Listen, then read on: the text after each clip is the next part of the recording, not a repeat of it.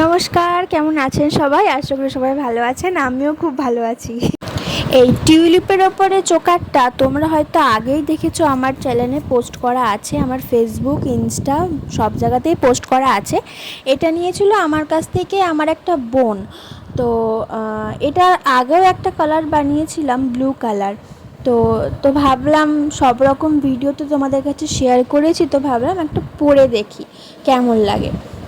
তো এই যে দেখো, এই দুটো হচ্ছে কানের হারের সাথে কানের সেমই ছিল, একটা রিং ছিল, বাট বোনটা রিং নেয়নি।